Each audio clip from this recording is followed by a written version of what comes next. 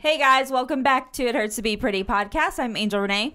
And I'm Lexi Wilk, and we're sitting next to WIGNZ. Our very special guest, founder of I'm from Denver, which if you guys don't follow I'm from Denver, you're probably Instagram, not from Facebook, all that stuff. You're probably not from Denver. Yeah. You're not having fun in Denver, at least. The memes are amazing, the posts, everything, and also you are owner of Yolo Rum, part owner. Yep. I guess I do a little bit of everything. You guys even said, "What do you do?" And I go, "I don't know."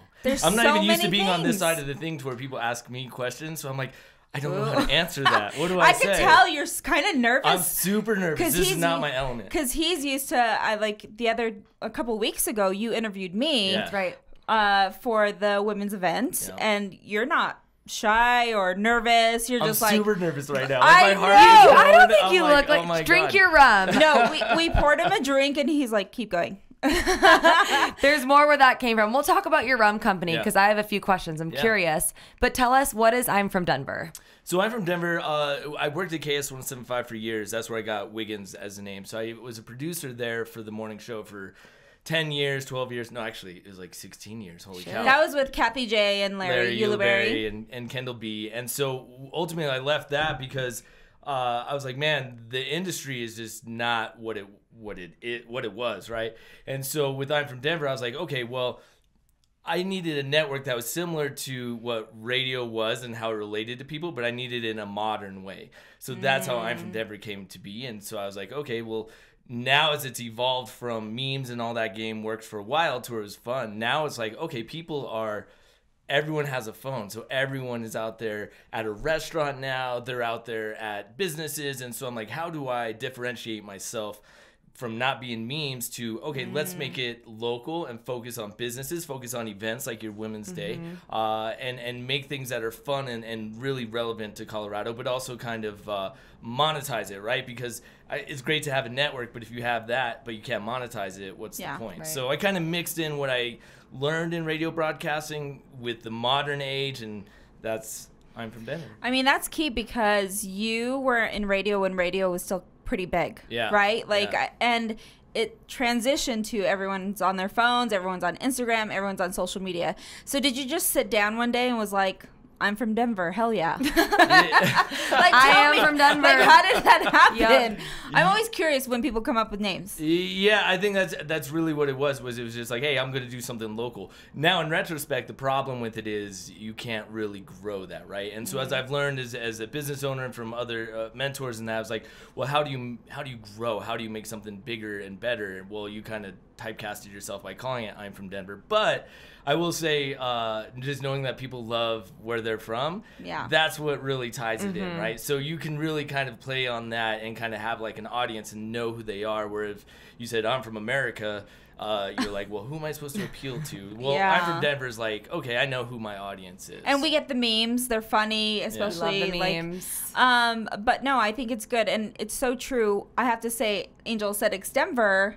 I mean, I wouldn't limit yourself because people do fly around just to see us. So even though you guys are a lot better on camera. So that, but I you know, here's the biggest thing is, and we had this conversation leading to coming on the podcast was, for me, the network is evolving to where influencers like yourselves should be on the network, right? Like it should not just be, I think people kind of like, I'm going to just run my business. It's my business. And it's like, you have to have partnerships to succeed. You have to work with other people. And so that's where we started talking to Angel and was like, hey, why don't you come on I'm from Denver? And I don't know what's going to come of that. You just said, come on my podcast. And we had some sips before that. And I was like, sure, let's do it. It's always awesome when you catch someone when they're drinking. I'm like, you said it's a good time to corner someone into doing you're going to be on our podcast. And he was like, shit. Yeah, no, I didn't mind at all because I actually have seen the setup and how you do it. I was more like, oh my God, I am not as pretty as you guys. And then I said, you're gorgeous. No, you're gorgeous. But then I said, okay, I should have got a skin treatment before coming in here just to kind of help with it. But yeah, I'm definitely going to give you your first Botox treatment at some point. Botox. No, I've seen this line happening. It's a good start. Yeah. Well, I noticed your website, there's no beauty section for beauty news. There's health. Right here, I'm waiting for you guys. I saw Zika virus is now in Colorado, so that scared the shit out of me. But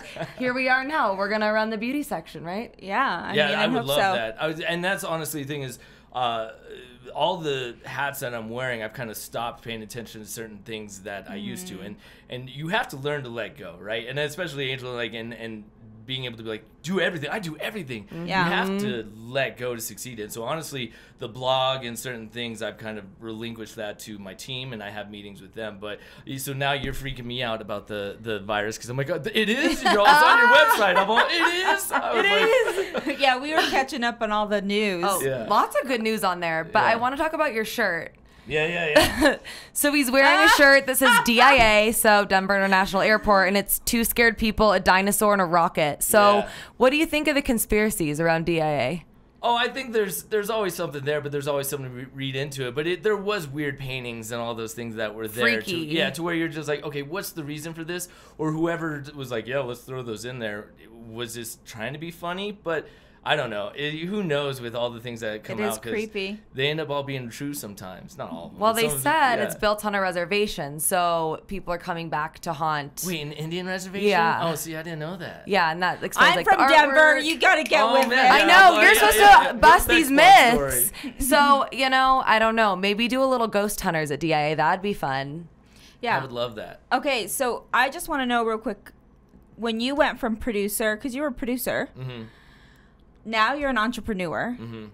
So changing all those hats, you have quite a few hats. Yeah, it's pretty exhausting. And you're like this too. She doesn't just wear one hat. She's like, she does a lot of things. So letting go is hard though. Yeah, But I liked watching you just now set up because I didn't have to do it. But I also liked it because I was like, oh, I know what you're doing, and I could totally nerd out. But low key, are you like, she's doing it wrong, I would do it this way? Because that's like, and I'm not offended by it, but that's just the control freak of a business owner or someone with that mindset. Yeah, I think totally when you don't have control, and like even why you use it, like you're nervous. I was like, yeah, because I'm not in control of this, right? Like if I'm flying the plane, I know we're gonna land and everything's good. But if someone's flying it, I was like, where are we going? Yeah. So, but you have to learn to let go, and I think that's the biggest lesson. If you don't let go, you're ultimately doomed for failure because people that work with you don't trust you, or they think you're micromanaging. And I had a micromanager of a boss when I was at the radio station. So to me, it was like, I almost have people come up to me like that are business partners of mine. They're like,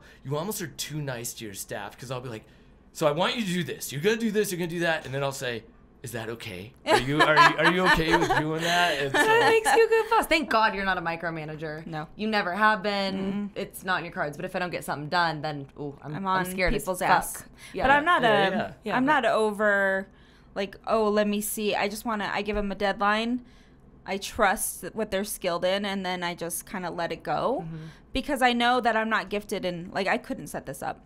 I wouldn't know how. I mean, I could sit there and it'd take probably a few hours. That's job security right there for you. I'm like, oh. I know. I think one of the times I was supposed to do a podcast. Yes. Oh, with Cobb. Yes. And I was like, shit, I don't know how to set it up. Like so I had to go to Erica's house because I didn't know how to set it up. Anyway. Well, that's the world we're in, right? And what's so funny is, like, everyone has a podcast now. Yeah. But not everyone knows how to set it up. And then not everyone knows how to release it. But everyone wants to do a podcast. Everyone does. Yeah. So, not everyone's funny as fuck. Yeah. I'm enjoying it. Or has the Yolo Rum there. So exactly. It's cool to see what you guys have done with your podcast, because it's like there are so many that you have to stand apart from everyone. And I think that's kind of what we've done with I'm From Denver. Is like, if you don't evolve and try to make yourself better, your show better, or whatever you do better, someone will leapfrog you, or that you're going to just be a distant memory. That's what happened to radio. Like, I saw it firsthand. Like, that was it. When I was there in the heyday, that was it. Now it's kind of And it was like the best. I don't know, Peter, do you remember this? KS 107.5 when Larry, I mean, I used to love listening to them in the morning. And then I remember the very first time Kathy gave me a shout out on radio, I was like driving, I was all, record. Oh my God. I was so excited. And this was just radio, and I think once the transition started to happen and radio, I hate to say radio died because it didn't die. But it had a lot of competitors, right? So you had Pandora, and you had Spotify, and then you had podcasts, and then there's just so many opportunities to find different ways to listen to a show that's like, listen to a podcast like this. Someone would rather listen to this for 40 minutes or an hour than have to listen to a show for 5 minutes and then commercials for 5 minutes and then the same song that they heard 2 minutes ago. So it just evolved, and I think that I saw that flag kind of being waved, and I was like, man, if I don't jump ship, I'm gonna be, because a lot of people stay in there, and that's fine, good on them. But I'm like, man, there's no money to be made. When you look back, what was the moment where you're like, shit, I'm onto something right now? Like, like where, you know, where your follower, like I remember when I went from 10,000 followers to like 20, I was like, whoa. And I was doing Instagrams with like music, and I used to get flagged for the music because it had copyright. Yeah. Back in the day, you didn't. Now it doesn't matter. Now you see people on TikTok, and I'm like, listen, you guys got it easy. I like paved that path for you. Oh my God, I had to like, yeah. Anyway, so when was the moment you were like, oh shit, this is like. Man, you know what? It was so the Facebook Insights, when you go look at your stats and all that, it would tell you who is a similar page, and then and who are you beating, and blah blah blah. And so honestly, KS175 and Comedy 1031 were shown up automatically as competitors because we're half entertainment, right? The other half were Fox 31 and 9 News because we're a news source, right? So you asked earlier, Lexi, what we were, and we're like half news, half entertainment, right? Well, we eclipsed all of them as far as engagement and interaction for like multiple weeks. That's kind of when I knew. I was like, oh man, we're on to something that old format and style isn't how people relate to things, and I can kind of mix all of that together here. And it was like, oh, I got something here. But the problem that came after that was monetizing. So that's why partnerships are key, right? Like it's like you have an audience, I don't have that audience, right? I have an audience that maybe you don't have. So if we could have a partnership together, now we're cross networking to really kind of make it work. Because if you don't do that, I'm beating 9 News and Fox 31. Well, every 25-year-old's like, what's that? Like, what's 9 News? Like, they're all cool. Yeah. Well, what I love about podcasts, and I feel like your website, is it's not as censored as other news stations. Yeah, you kind of just get to say what you want and do what you want. So that's appealing to all ages. Do you get backlash? No. Okay, it's funny you said that. So we did an April Fool's joke, and I have some people who work for me that aren't openly telling people that they work for me because there's conflict of interest there. But this individual, I trusted them. They were really good at social viral content. They made an April Fool's joke that said, I think I remember it. Yeah, I don't even want to say her name, but an anchor from one of those stations TV stations we beat took a gun into shotguns. And was arrested, right? So that was the April Fool's joke. Too far. Whoa, my God. Even I'm like, Yes, oh my God. It's saying out loud. I'm like, But I trusted him. I didn't throw it up, and I didn't censor him. We did go viral, and we went to the point to where that producer of that, or a producer from that station, like, cease and desist, or we're coming after you. You're like, shit, should I fire this guy, or am I keeping him because it went so viral? Yeah, exactly. No, and that's kind of the catch-22. When you're like, all right. Yeah. But as the business owner, I'm just like, well, you're right. That was unfortunate that my staff member did that. And then on the inside of me, he's like, yes, that's awesome. You always do that too. So you always say Instagram posts should be a conversation starter or a little controversial. Yeah, that's how you make that was it. a little too controversial, but it was a little too much. We're scaling it back now. Oh my God! But I want to talk about your rum company. So when I first heard Yolo Rum, I was like, interesting. Why rum? Because my first thought when I go to a liquor store isn't to buy rum. Do I love drinks with rum? Sure, but why rum? You know, it's interesting because the founder, so I'm a part owner of Yolo Rum because the founder of Yolo Rum just came up to me, and I was doing things at the radio station digital, and he goes, hey, why don't you do stuff for me for digital? I can't pay you. He's all, but before you answer me, he's all, he had the glass or he had a bottle, and on the bottle was the recipe. It was his handwritten recipe note. And he goes, before you answer me, I want you to try it. So he poured it in a glass. And I drank it. I was like, whatever you want. I was like, I'm there for the ride. And that was 12 years ago. Phil Guerin, we call him Uncle Phil, his reason for that was because he'd go to Central America to meet his wife. And when he'd go out there, he'd ask for whiskey, and they'd be like, no, we don't serve whiskey out here. We have rum. He realized that rum out there in Central America and other parts of the world is really kind of like an amazing experience. Here in the States, not so much. We kind of like you. And Bacardi on the beach from a plastic bottle. Like, get out of here. So that was ultimately the reason. But the individual who makes the rum is in Panama, and he's made it for decades. And I'm drawing a blank on his name because I'm nervous. You're doing great. Yeah. And I never get nervous. I know. Don Pancho Fernandez. Here, drink more. Drink more. That'll help. Don Pancho, I apologize. Don Pancho has been making rum. He's a rum Renero, and he's been making it for decades. And so he gave us his recipe that he said all rums should live by. And that's what we've been trying to sell and get out there forever. But the name YOLO, that was also Phil's brainchild, but we got the trademark for YOLO. So when it comes to alcohol, wine, and spirits, we own that. And even had Drake's manager call us out for that. And, oh, really? I was gonna say, because that's amazing. YOLO. Yeah, and we sent that individual the trademark certificate. We're like, so, but it's a good thing. I mean, that's not a knock on them. Send that's a bottle to. That's the Drake. hope, right? You never know someday who will see it. So that's how that came to be. But man, that is like. It's been a 12-year battle, and it's like I'm grateful and humbled that you guys have the bottles in here. And it's like I always try to, even at the women's, is it Women's Day, Women's 2023? Women. It's a women's is event. This women? Yeah. Yeah. See, I'm a Women guy, so I have no 20 idea what's blank. Every year we just change the title. But to be part of events like that is important for getting the brand exposure, right? To show that we're out there in the community. But it's been an uphill battle, but because we own trademark for YOLO, we got invited to Google, and we hung out at like cool. Google headquarters. Amazing. And we've done all these amazing things with it. And so it's been a ride. And so we're getting closer to a lot of things happening with that right now. But my advice to anyone that has a business, and you know this, how long have you been in business now, Angel? On my own, this is my 8th year. Yeah, and there's that point where you get around the 8 to 12 year mark where all of that hard work pays off. But like leading up year 1 to 8 is like, no, I want to give up. So we're close to that right now. I mean, honestly, even within the first year, people fail. So, and then you put in COVID. I know that you're media, but still, I mean, it's really hard to run a business, period. How did you guys make it through COVID? I pride myself on not having any debt.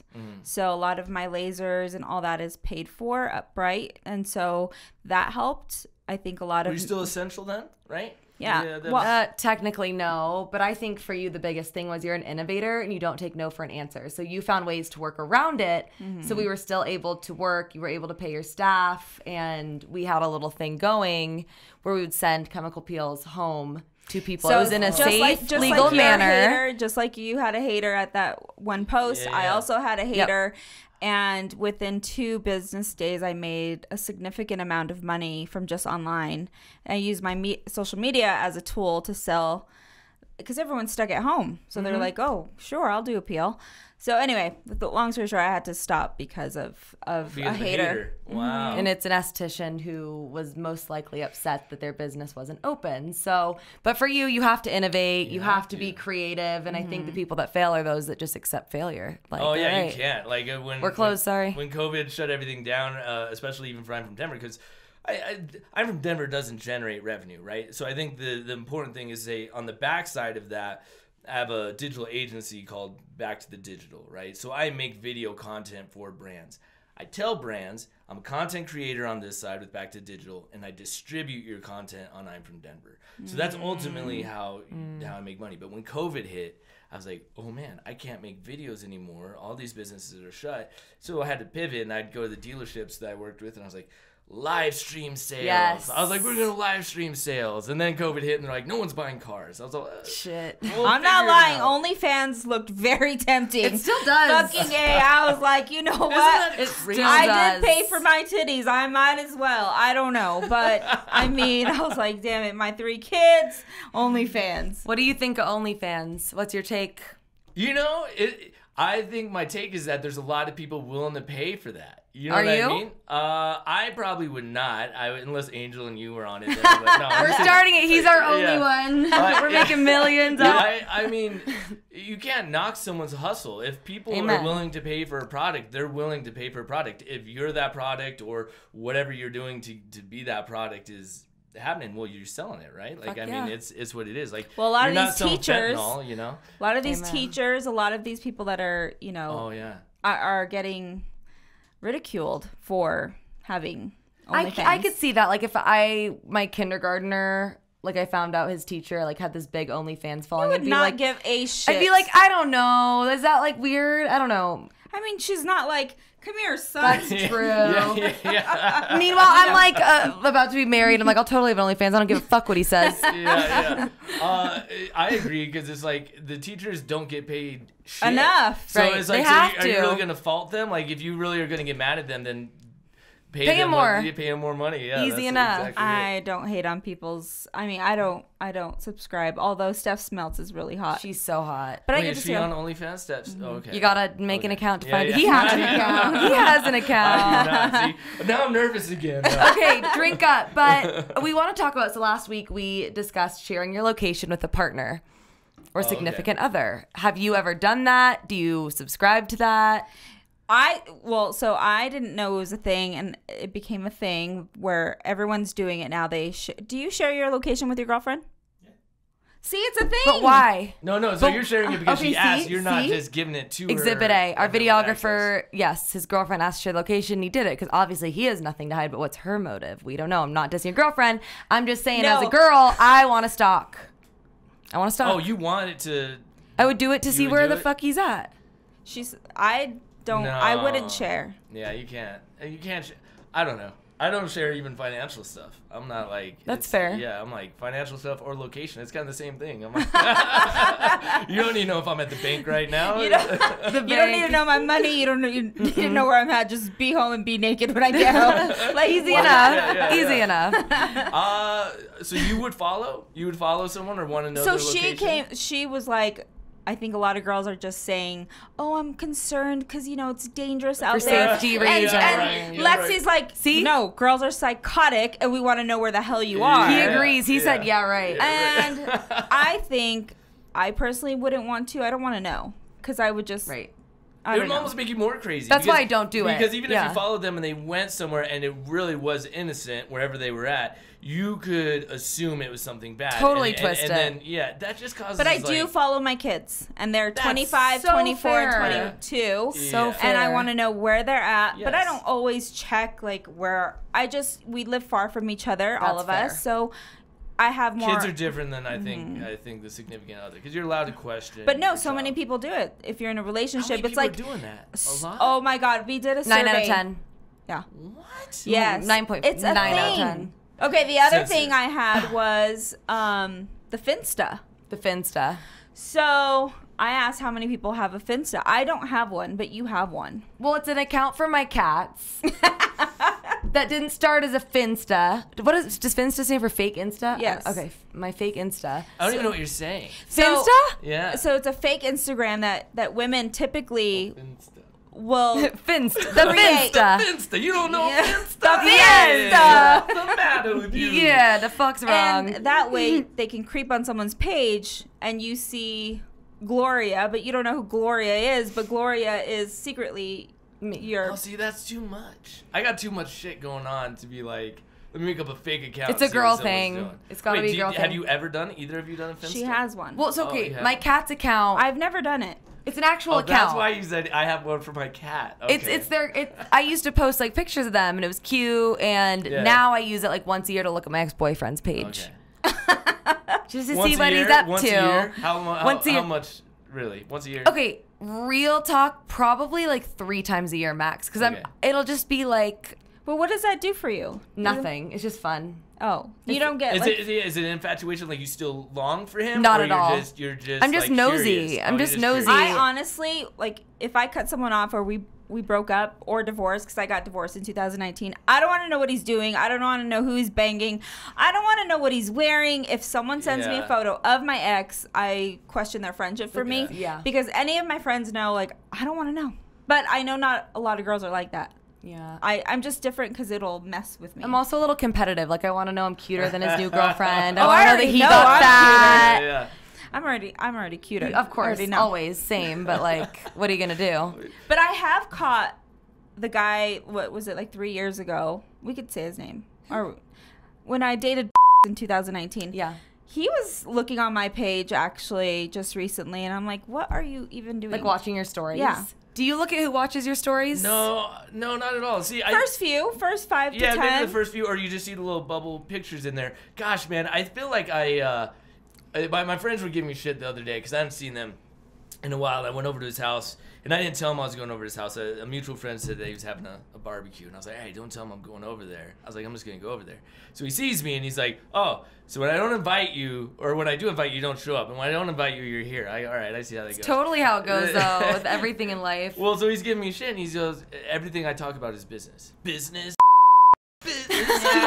business. He always gives me shit. But I don't even feel like I have the time to do the Finsta or to worry about all that stuff, which makes me feel like I'm missing out on real life. On really creeping You're not. on. So I would say wait until you really like someone. I mean, I don't creep on someone's page, but I'll, like, if we both friend each other. Like, just recently, just friended me on my private Instagram. Yeah, you used to play football, wide receiver, Eagles. All he's this. older, and I don't know him. He had a reality show for a while. He seems like a really good guy. All right, whatever. So I go on his page, kind of see what's going on, but I didn't like every day look on his story. I have no idea what this man is about. But either way, my friend was like, absolutely not, for other reasons. Oh, was he a shitty? Okay, yeah.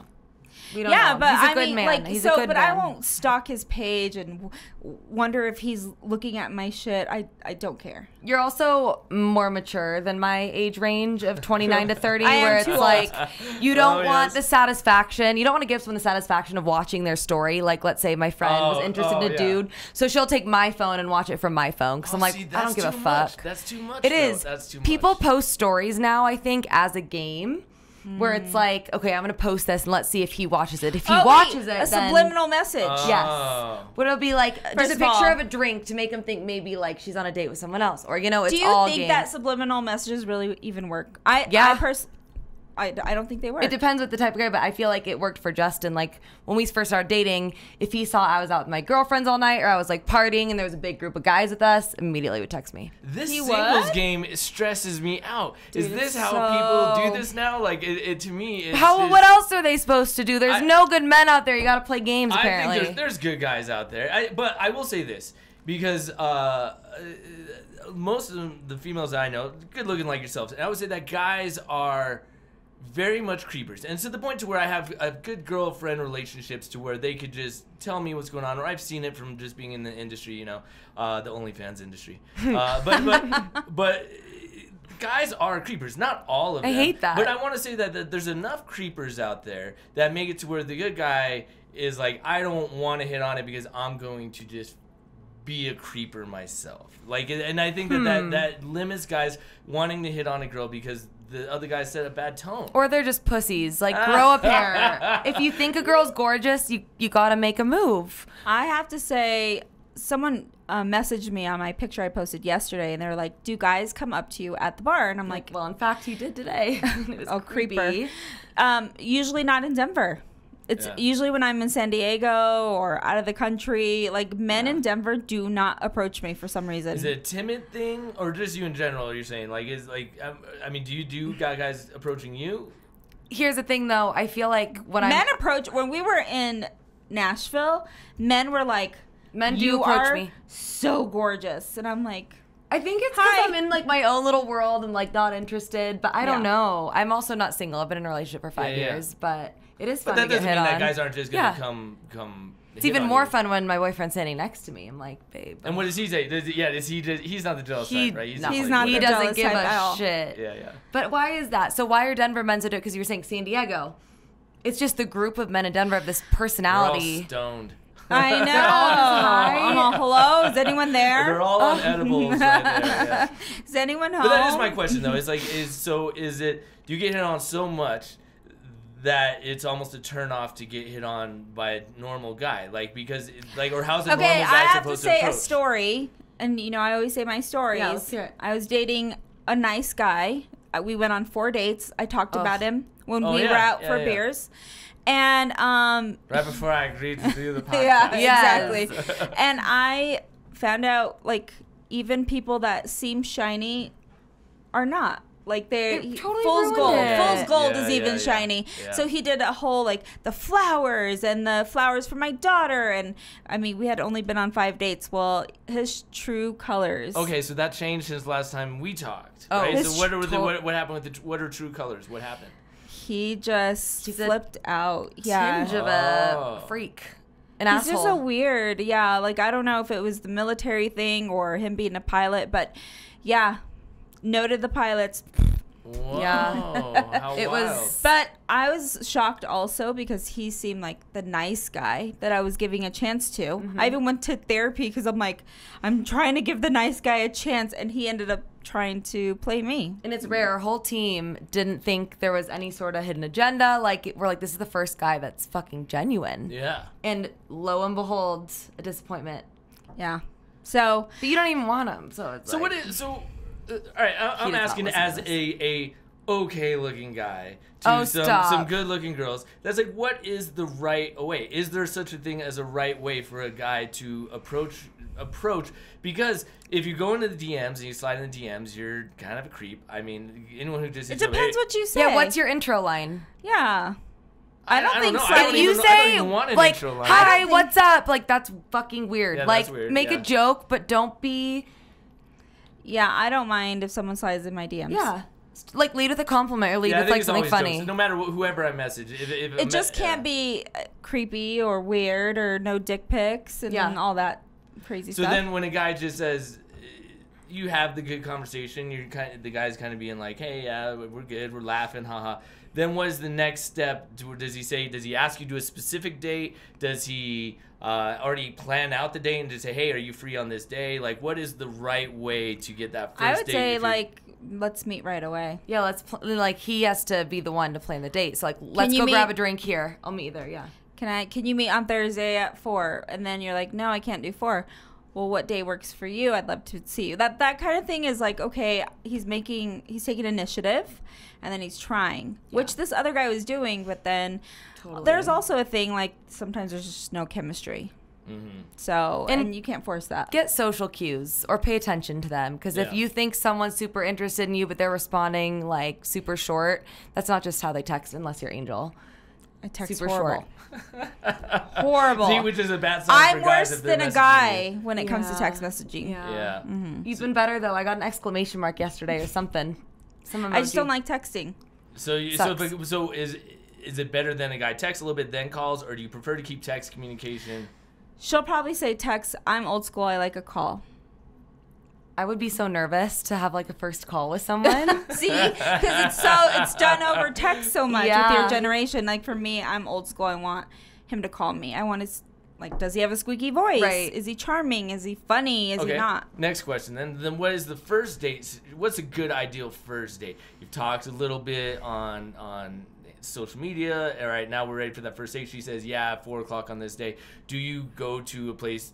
A drink to me seems so normal, stereotypical, right? Like, coffee or drink. Coffee? Really? No. Really? Is that like a thing? No, here's the thing. If you don't know this person, you've never met them, you want at least only 45 minutes for 100%. The first time. Because if you both are not feeling it, then this is only a quick little coffee or drink, then I gotta go.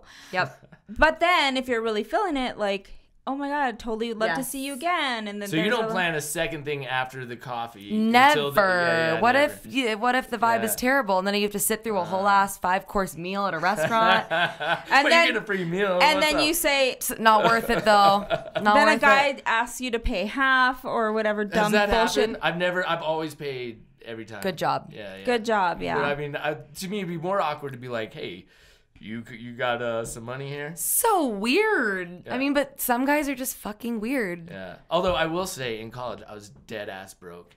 And this girl was hot. And I was like, let's go eat. And I had, this is so embarrassing to even tell the story. I had like $6 fucking dollars on my card. I took her to McDonald's.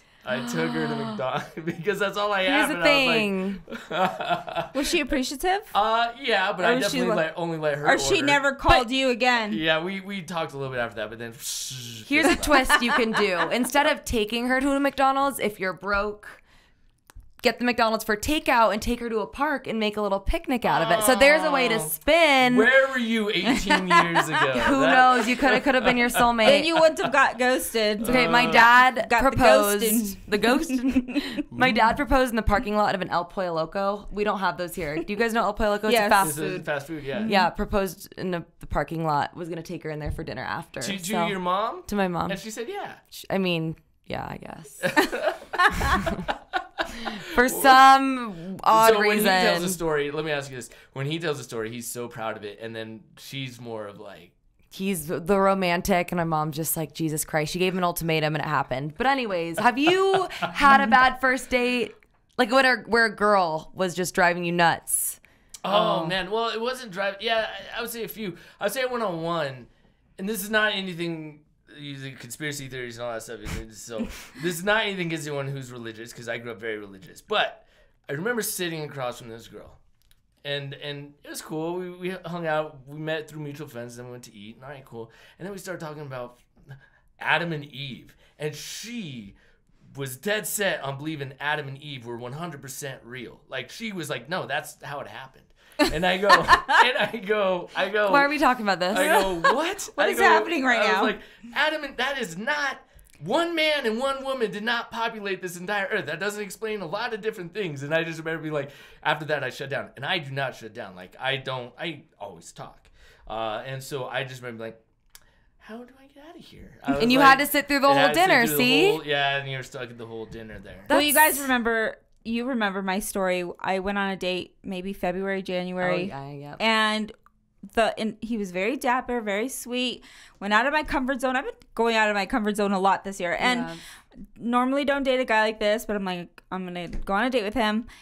And for almost 2 hours, I went on a full meal date. This is why I don't recommend it. He talked about how to cleanse my body from the vaccine.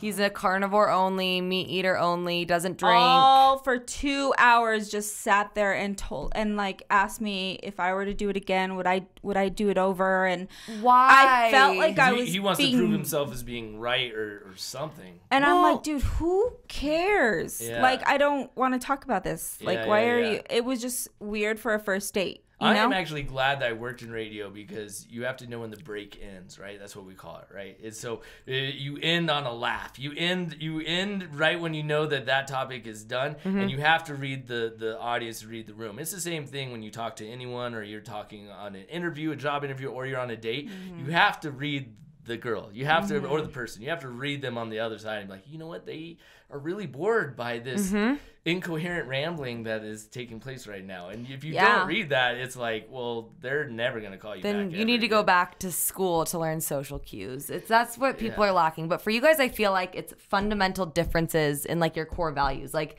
his core values seem to be political. Hers were religious. And in that case, it's just never going to work. Yeah. I mean, I do know plenty of happy couples where it's Democrat, Republican, believes in God, doesn't. But on a first date, you don't bring any of that up. Yeah. I do. We did get a comment or a question on our Instagram, and she said she was a single mom, and when's a good date? When's a good time to introduce that person to her kids?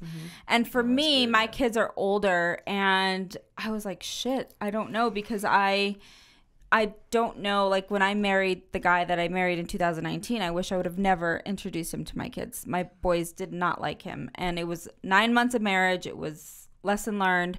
But, I feel like it depends how old they are. Totally. And I also think single dads are different also. I don't know. But, like, for me, I don't know if I would introduce them even now. Like, unless just it's right away. Super serious, right? Like, you've had a conversation about being an official. Yeah, I would wait until you feel very comfortable with that person, and it seems easy, and you feel date. Yeah, it's where you're so naturally and comfortable with them that it's just easy to bring them into that. Right. Because if it's so new, you're uncomfortable, your kids are uncomfortable, they're uncomfortable. They could be gone the next day, and then it's like it's too thick of an energy. The reason I donated to or gave you some rum for your women's 2023 was because women 2023 was because I had a single mom, right? So my mom would talk to me openly all the time, which is probably why about dating, about everything, to the point to where it's probably why I don't shut the hell up about anything and always have an opinion about something. But she dated this guy. And then I knew that guy's, Mike, I knew his daughter, right? We were the same age, his daughter and I.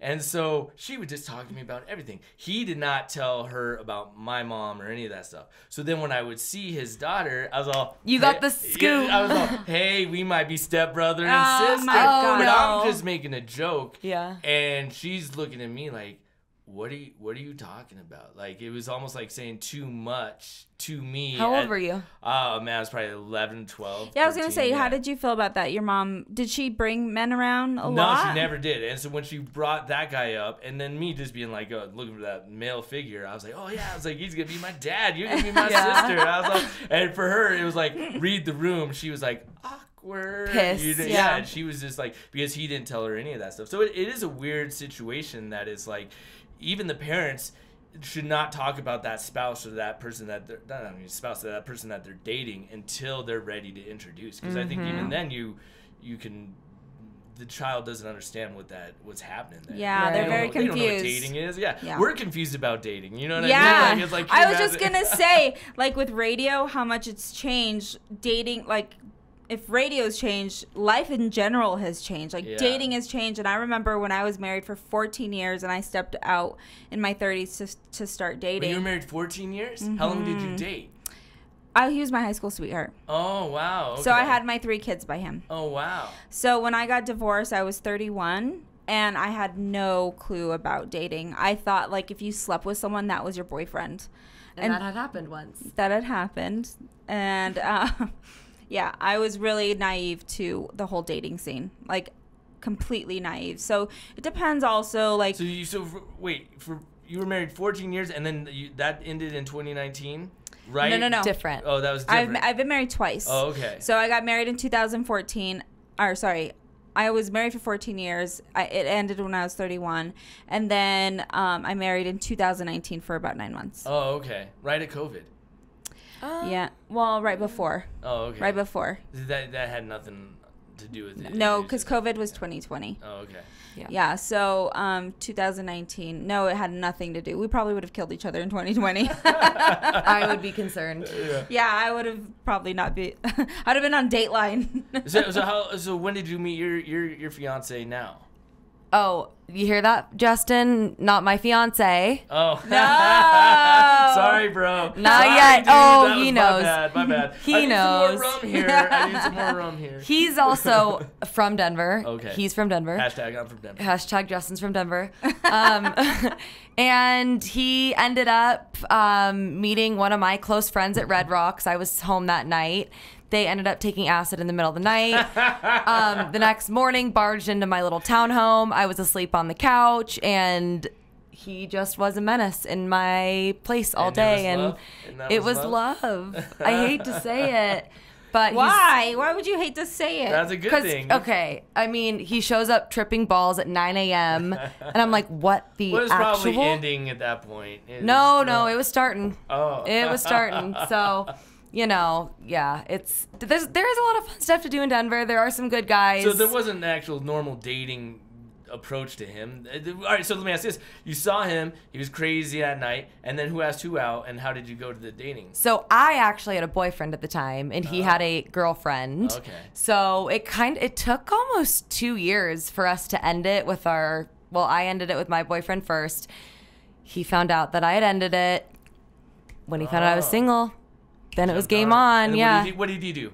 Message you or did he call you? What do you do to Oh, he would text me, and then he'd see so you me guys were out. talking before And Snapchat was kind of the thing back then, so we would just still do Snapchat. Yeah, but just with the girls to keep up, you know? I don't do like the filters and send my tits or anything. To me, you do. To you, yeah. You've seen my tits more than Justin. But yeah, there was no real dating. Like, apparently you guys just need to get on OnlyFans. You guys are already like... Well, back in the day, we met guys through friends of friends or just being out at bars. Like, I feel like the Denver bars were a little more fun back then. I was out this weekend, and I was like, back in our day at recess, in the middle of a day on a Saturday, this would be body to body. There'd be people dancing on tables. And we were just sitting there until the sunset, like, what the fuck? Okay, so... Before we end, because we could talk to you. By the way, he's trying to interview us. Oh, so we're not gonna. We're not letting. You're right. I fell for it. You fell for it, and you kept answering questions. Get your rum. I know. Wait, shit. All right, we never give up control. Not anymore. That's just a bad natural habit. I know. It transitioned quickly, and I was sitting here. I'm like, She caught on. I'm all dumb over here, like, well, it was not intentional. It was not. I literally was genuinely asking to see how, like, for the guys at hashtag I'm from Denver, how are you even supposed to date a girl? Because it's no. Before we end, because we can talk to you for probably a few more hours. Can I come back? Yes, of course. And you've earned your next spot. All right. I also want to know, where can people go in Denver to hang out? Like, what's the new poppin' bar? Damn you! I'm not hip and cool. You're from Denver. You have to know. You have to know. The Flight Club is probably the newest spot. Yes. That I've heard a lot about, and we went down there one time. But that was really that's like the newest spot. That's a good one. I've been to, yeah. So awesome. Well, we're gonna go. Let's go. Yeah, I want to go there. It's fun. I do want to plug one thing though, and this is only because everything has like led up to this point is working with the co-founder of Under Armour.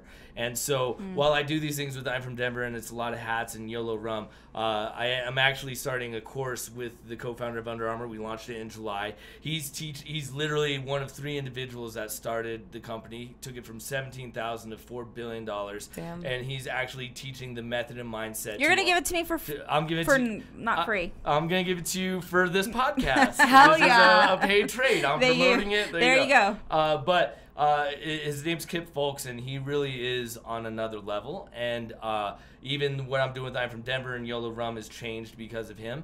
But we're actually starting, his course started on July 4th. You can sign up for it at methodmindset.com. He's teaching the business mindset and methods to become a large company for entrepreneurs. But it's also about creating personal wealth, not just business wealth. So that's the next big goal for me is like, I'm from Denver's great. It's kind of running on its own now. That now if I can actually give back to people and business owners out there, that's the next step. And partnering up with him has been a blessing. It's by coincidence that it happened, but I just wanted to plug that for anyone out there that is looking for help in the business space. And it's the next big things. But I'm also spitting that because I've had a few drinks. Yeah, plug your other shit. What else I got? Plug your Facebook, Instagram, website. Where can they find you?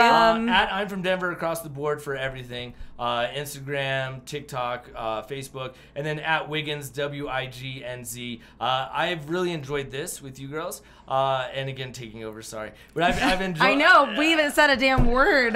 See, I'm going to shut up now. See, it's the worst thing. I'm saying I've enjoyed... Social cues, remember? He's enjoyed having himself on our show. Yep, he's drunk now. He can't shut the fuck up, so I'm going to end it on a great note. WIGNZ, we love you. You'll be back in a couple weeks. Okay. I'm going to take that course and we'll talk more about it. All right. All right. Sorry. Peace out. Bye. Bye.